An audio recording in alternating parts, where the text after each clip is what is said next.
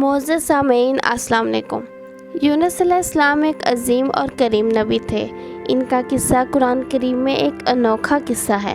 آپ کے والد کا نام متاع تھا اور آپ سیدنا ابراہیم علیہ السلام کے نسل سے تھے۔ آپ کا ایک نام ذنون بھی ہے، یعنی مچھلی والے۔ انون کا مطلب ہے مچھلی۔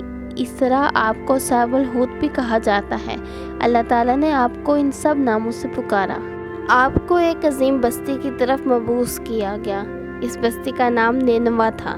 یہ عراق کے شمال میں واقع تھی، موصل کے بالمقابل تھی۔ ان دونوں کے درمیان دریائے لجلہ تھا۔ موصل دریائے لجلہ کے کنارے واقع تھا، جبکہ اس کے بالکل سامنے نینوا کی بستی تھی۔ امام ابن کثیر رحمۃ اللہ علیہ نے نینوا کے بارے میں اور ان آثار و واقعات کے بارے میں لکھا ہے جو ان کے زمانے میں موجود تھی۔ وہاں کچھ بت تھے جو اوندھے منہ گرے پڑے تھے۔ اللہ تعالیٰ نے یونس علیہ السلام کو نینوا کی طرف رسول بنا کر بھیجا۔ سورۃ الصافات میں ہے، اور بے شک یونس رسولوں میں سے تھے۔ آگے اللہ تعالیٰ فرماتے ہیں، اور ہم نے اسے 1,00,000 بلکہ اور زیادہ آدمیوں کی طرف بھیجا، یعنی ان کی تعداد 1,00,000 سے زیادہ تھی۔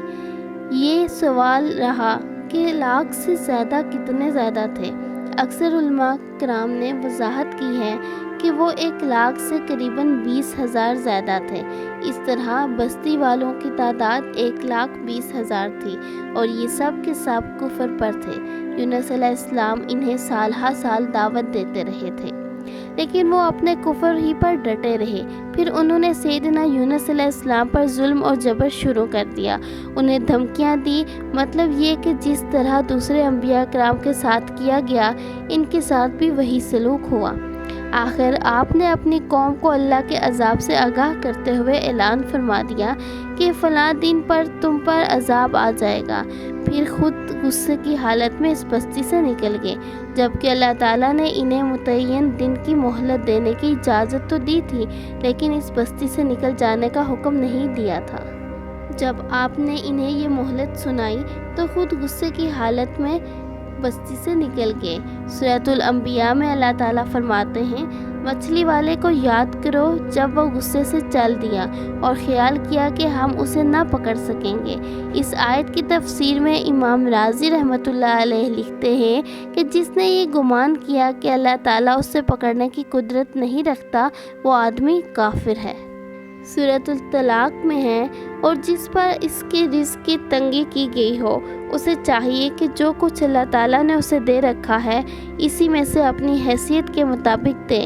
تو اس آیت میں بھی یہی معنی مراد ہے کہ انہوں نے گمان کر لیا ہم ان پر تنگی نہیں کریں گے، یعنی ان کا خیال یہ تھا کہ اگر جب وہ اللہ تعالیٰ کی اجازت کے بغیر نکل کھڑے ہوئے ہیں، پھر بھی اللہ ان پر تنگی نہیں کریں گے، کیونکہ وہ اللہ تعالیٰ کے ایک معزز نبی اور رسول ہیں، اور ان کی قوم کے لوگ اللہ کے کرب اور اس کے عذاب کے مستحق ہیں۔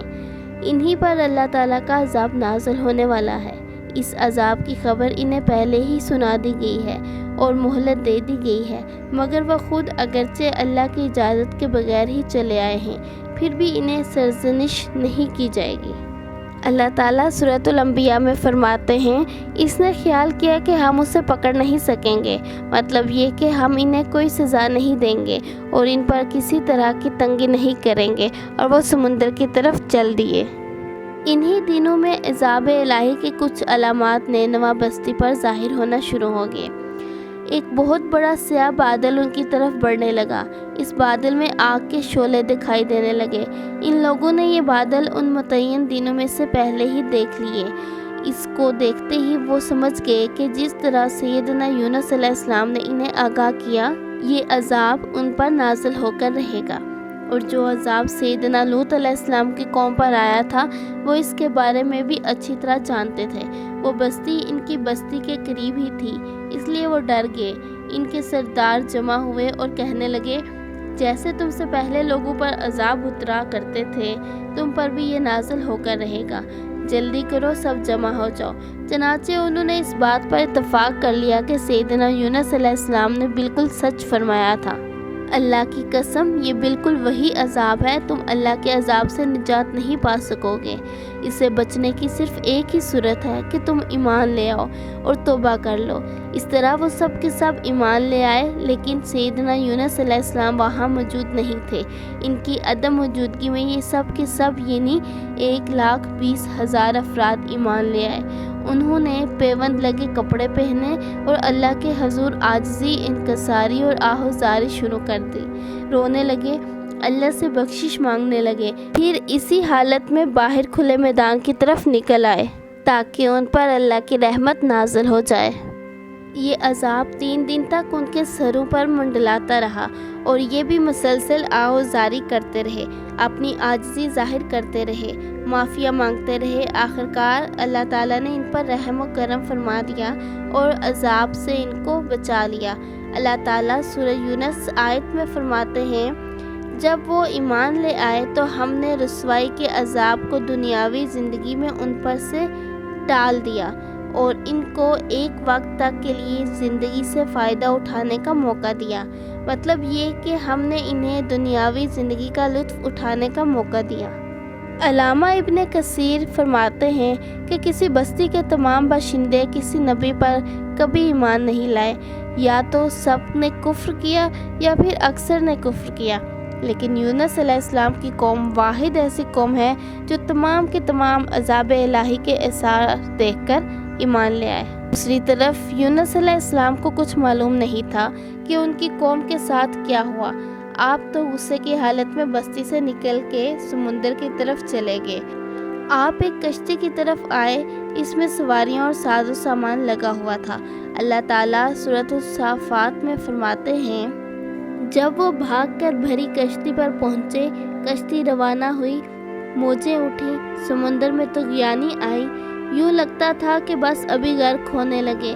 کہنے لگے، بوجھ ہلکا کرو، اپنا ساز و سامان سمندر میں پھینک دو۔ چنانچہ انہوں نے اپنا ساز و سامان سمندر میں پھینک دیا۔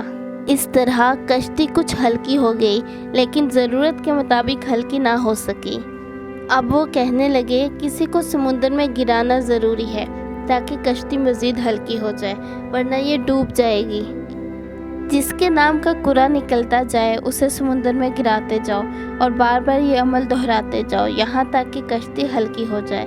چنانچہ کرا ڈالا گیا، سب سے پہلے یونس علیہ السلام کا نام نکلا۔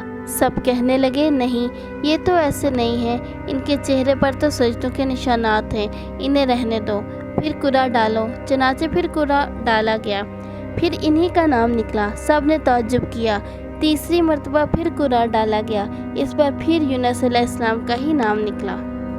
اللہ تعالیٰ سورہ صحافات میں فرماتے ہیں، پھر قرآن اندازی ہوئی تو یہ مغلوب ہو گئے، ہر بار انہی کا نام نکلا۔ آخرکار ان لوگوں نے انہیں پکڑ کر سمندر میں گرا دیا تو پھر انہیں مچھلی نے نگل دیا۔ حوت بڑی مچھلی کو کہتے ہیں۔ اللہ تعالیٰ نے حوت سے فرمایا، انہیں کھانا نہیں، نہ ان کے جسم کو کوئی نقصان پہنچے۔ یہ اس مچھلی کو اللہ تعالیٰ کے احکامات تھے۔ اللہ تعالیٰ سورۃ الصحافات میں فرماتے ہیں، پھر انہیں مچھلی نے نگل لیا اور وہ خود اپنے آپ کو ملامت کرنے لگے۔ اللہ کی قدرت، آپ مچھلی کے پیٹ میں 3 دن تک رہے۔ بعض روایات میں 7 دن اور زیادہ سے زیادہ مدت 40 روز آئی ہے۔ آپ نے مچھلی کے پیٹ میں اللہ تعالیٰ کو پکارا۔ اللہ تعالیٰ سورۃ الانبیاء میں فرماتے ہیں، آخرکار وہ اندھیروں کے اندر سے پکار اٹھے۔ علماء نے یہاں 3 اندھیروں کا ذکر کیا ہے، مچھلی کے پیٹ کا اندھیرا، سمندر کا اندھیرا اور رات کا اندھیرا۔ گویا ان پر یہ سارے اندھیرے اکٹھے ہو گئے تھے۔ اللہ تعالیٰ سورت میں فرماتے ہیں، بس اگر یہ پاکی بیان کرنے والوں میں سے نہ ہوتے تو لوگوں کے اٹھائے جانے کے دن تک اس کے پیٹ میں ہی رہتے۔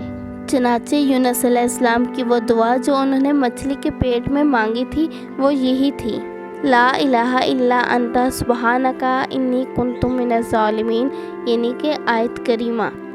جو بھی مسلمان یہ دعا اپنی کسی حاجت میں مانگے گا، اللہ تعالیٰ اس کی دعا ضرور قبول فرمائے گا۔ یہ دعا مستجاب ہے، مقبول دعاؤں میں سے ہے۔ اسی دعا کے بعد اللہ تعالیٰ نے یونس علیہ السلام کو اس پریشانی کی حالت سے نجات عطا فرمائی۔ اللہ سورۃ الانبیاء میں فرماتے ہیں، تو ہم نے اس کی پکار سن لی اور اسے غم سے نجات دے دی، اور ہم ایمان والوں کو اسی طرح بچا لیا کرتے ہیں۔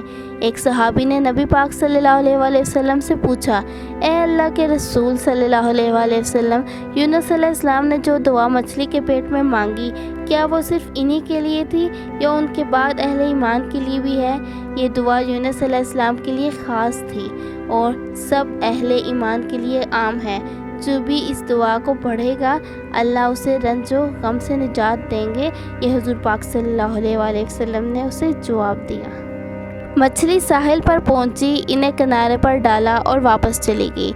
اس بات کو اللہ تعالیٰ نے سورۃ الصافات میں یوں بیان فرمایا ہے، بس اسے ہم نے چٹیل میدان میں ڈال دیا اور وہ اس وقت بیمار تھے، آپ وہاں اسی طرح لیٹے رہے، پھر اللہ کی قدرت سے آپ کے قریب ایک بیلدار درخت اگا جیسا کہ سورۃ الصافات میں ہے، اور اس پر سایہ کرنے والا ایک بیلدار درخت ہم نے اگا دیا۔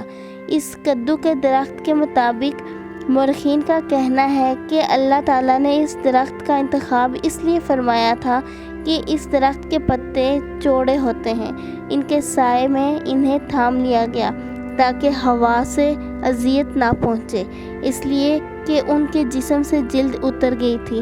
پھر اس درخت سے خوشگوار خوشبو بھی آتی تھی، اس خوشبو نے انہیں فرحت بخشی۔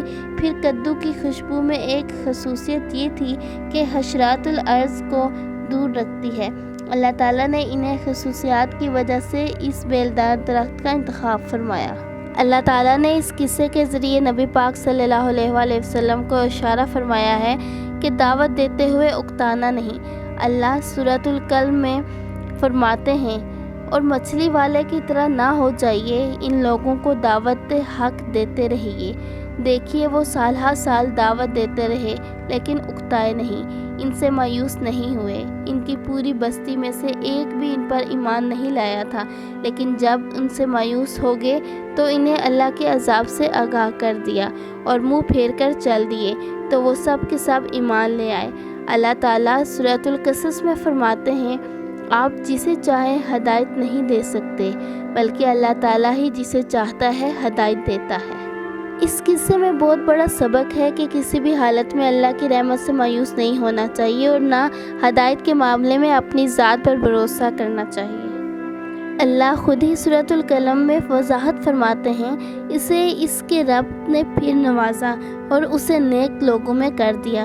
امام مسلم نے ایک حدیث روایت کی ہے کہ نبی پاک صلی اللہ علیہ وآلہ وسلم نے فرمایا، تم میں سے کوئی شخص ہرگز یہ نہ کہے کہ میں یعنی محمد یونس سے بہتر ہوں، یعنی یوں نہ کہے کہ میں سیدنا یونس علیہ السلام سے افضل ہوں، وہ اس طرح کہ وہ تو اپنی قوم کے ایمان لانے سے مایوس ہو گئے تھے اور میں مایوس نہیں، اور اس طرح بالکل نہ کہے کیونکہ بالآخر اللہ تعالیٰ نے آپ کو چن لیا اور برگزیدہ بنا لیا اور صالحین میں داخل کر لیا۔